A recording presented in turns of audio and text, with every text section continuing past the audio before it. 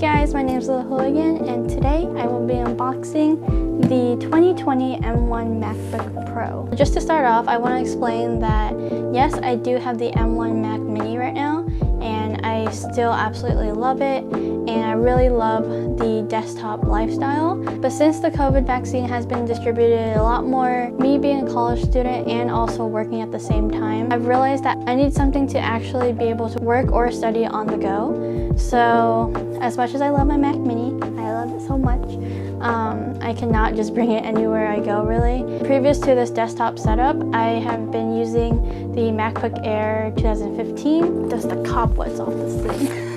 It's quite old.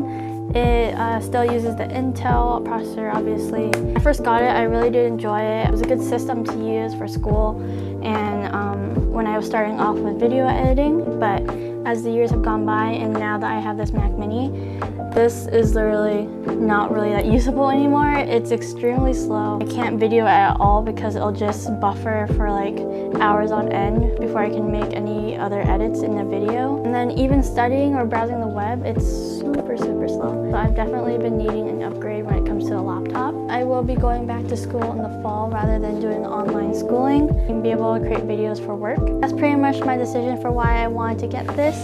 And I'm just really excited to unbox it for you guys today and for me to actually be able to see it for the very first time. Without further ado, let's unbox the M1 MacBook Pro.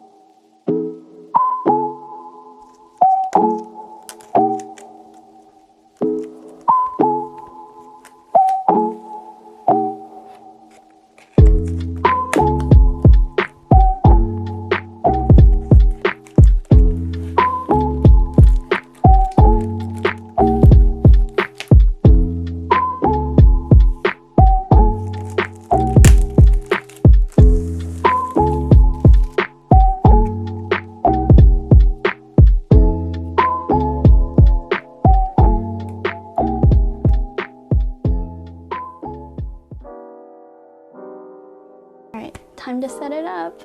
Oh, it's so beautiful. It has the whole like touch bar thing at the very top. I've never had a MacBook that had that touch bar, so this is very new for me.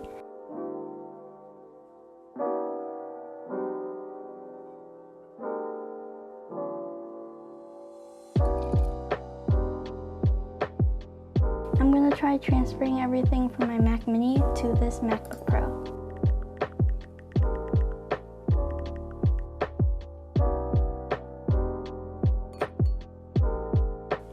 really dumb.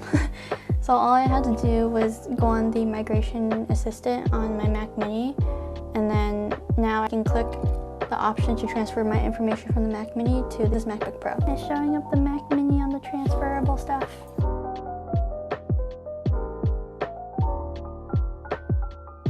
Alright, I'll be right back after it migrates and transfers all of the data. Alright, so it just finished transferring all the data from my Mac Mini to my MacBook Pro. And it's just restarting the laptop. So while I wait for that to restart, I just wanted to explain real quick the specs of my MacBook Pro. So I got a space gray, obviously. I just really like the color of space gray over silver. Ever since they came out with space gray, literally everything that I own now from Apple like kind of needs to be space gray. Like this keyboard is space gray. My mouse is space gray. If the Mac Mini had a choice, I would have made that space gray. And I also got an 8GB MacBook Pro. I know there's an option for the 16GB one, but for some reason, the day I was buying it from Micro Center, they didn't have the 16GB option at all that day. I don't know if maybe they ran out or whatever it was, but I had to just stick with the 8GB. And honestly, I don't think I'll have a huge problem when it comes to video editing, because even though I chose the 16GB for my Mac Mini to like help improve that performance on my video editing, I don't see myself really doing hardcore editing while I'm on the road very often, and most of the time I'll just be studying or just doing some small edits for really simple videos. So I believe I should be perfectly fine. I chose 13-inch because I just really like the smaller, compact size of the 13-inch. I don't need it to be very big, especially when I'm traveling and I just need it on the go, or when I'm at school and I have it in my backpack. So yeah, those are the specs of my MacBook Pro. So the migration has completed. Now I'm going to just continue on with setting up, and then hopefully I'll be done soon and I can give you guys my final thoughts.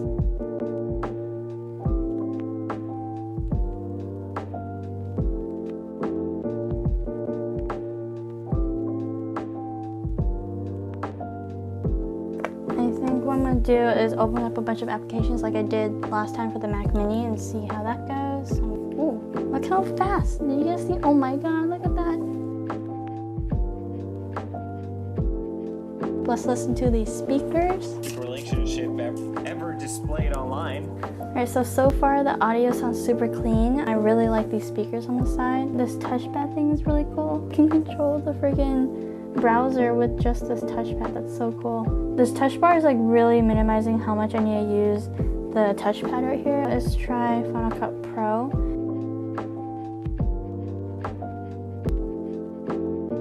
Alright, so far everything seems really quick. I'm able to skim through a little small project really quickly. A lot of times I remember when I used my old MacBook Pro, it would be super slow and it would buffer a lot every time I just wanted to add a title, which is really sad. Next thing that I wanted to try with this is this accessory that I got. So I got this J5 crate thing that you guys saw me unbox earlier. If you know anything about the new Apple products nowadays, there is literally nothing on the side anymore. You literally just have a spot to plug in your charger and then an aux port. So in order to fix that issue, you have to buy something to attach to it. I know Apple sells their own adapters, but while I was at Micro Center waiting to pick up my MacBook Pro, I found this J5 crate one. I think it was for like $110. I know, pretty pricey, but it does come with a lot, and I'm pretty sure at some point I will need all of these. Yeah, just choose whatever you think is best. This is the one I got. Hello, this is Julia from the future speaking. So these clips right here are me trying to figure out how to use the J5 crate. You basically just have to install a driver. Then after I installed the driver, I completely just didn't know how to use it. So instead of you just watching me stupidly not understand how to use it, here is how it works. So basically all you have to do is just plug in all of the things that you need to plug into the docking station first before you actually connect it to your computer. The way to power the docking station itself, which I could not figure out because I was so dumb at the time, was that you're supposed to use the charger from the MacBook to actually power the docking station. Then you would plug in the cable that came with the docking station to your MacBook or whatever laptop or computer you plan to use with it, and then it will work. And you will see all the devices that you connected to the docking station.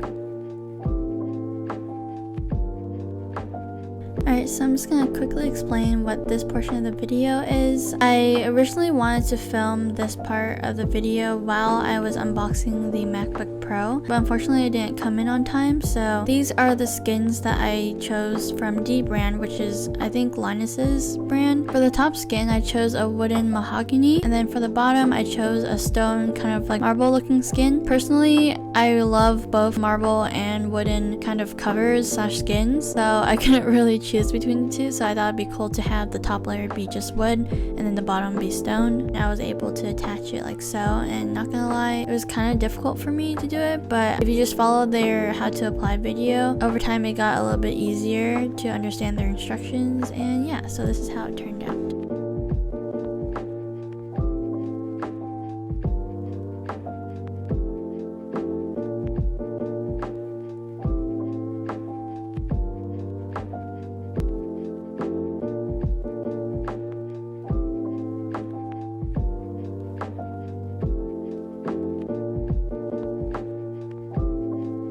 So now I just want to give my final thoughts about the MacBook Pro M1. I feel like it's super worth it as someone who's planning to go on trips and travel, but also needs to work and do schoolwork at the same time, and also goes to school and needs a laptop at school. I think this is going to work out perfectly for me. I feel like this is such a powerful system to just be able to take wherever you want to go. It has high performance. Everything, as you can see, has been very quick for me. I haven't had any buffering issues. Video editing has worked out perfectly well for me. So these are my thoughts on the MacBook Pro. That's all I have for now. Again, I'm not a professional tech person, but I do love making these review videos for you guys, coming from like an average daily user of like Apple products and just tech in general. I'm really excited to continue using this and getting used to it, and like just figuring out all the different like functionalities that they have with this new MacBook Pro. I hope you guys enjoyed this review video. I hope it was helpful in any way. If you have any comments, leave them down below. I will be happy to answer them. Let me know if you want to see any updates. I might actually do some updates like a 2 or 3 month update like I did for the Mac Mini. Hope you guys enjoyed today's video, and I'll see you in the next one. Bye!